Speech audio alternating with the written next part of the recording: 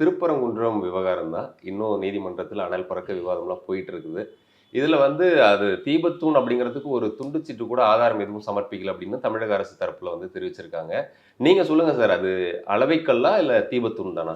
ஒரு நீதிமன்றம் தன்னுடைய பல்வேறு தீர்ப்புகளில் ஒரு 100 வருடங்களுக்கும் மேலான தீர்ப்புகளில் தீர்ப்பளித்தும் கூட இதை விவாத பொருளாக வைப்பதை வாடிக்கையாக கொண்டிருக்கிறது தமிழகத்தில் இருக்கக்கூடிய சில எதிர்க்கட்சிகளும் சில ஊடகங்களும்.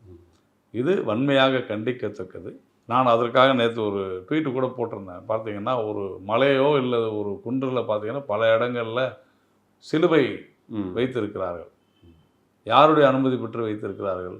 கோவிலுக்கு சொந்தமான இடத்துல ஒரு தீபத்தை ஏற்றக்கூடாது, அது சட்ட ஒழுங்கு பிரச்சனை ஏற்படுத்தும், சிறுபான்மை மக்களுடைய மனங்களை புண்படுத்தும் என்றால் இப்படி அனுமதி இல்லாமல் பொது இடங்களில் இது போன்ற ஒரு மத அடையாளத்தை நிறுவுவது பெரும்பான்மை மக்களுடைய மனதை புண்படுத்தாதா? அது இந்த அரசுக்கு தெரியாதா? அப்படின்றது தான் நம்மளுடைய கேள்வி. இதுதான் என்னுடைய பதிலாகவும் நான் இதை சொல்கிறேன். ஆதாரம் எதுவும் இருக்கா சார்? தீபத்தூண் அப்படின்றதுக்கான ஆதாரம் கோர்ட்டே சொல்லிச்சு ஏற்றுன்னு சொல்லி அப்புறமா ஆதாரம் இருக்கான்னு இப்போ கேட்குறீங்க. எங்கே உங்களுக்கு பிரச்சனை என்ன பண்ணுவீங்க? கோர்ட்டுக்கு போவீங்க. கோர்ட்டு சொல்லிடுச்சு, வேலை முடிஞ்சு போச்சு, அவ்வளோதான்.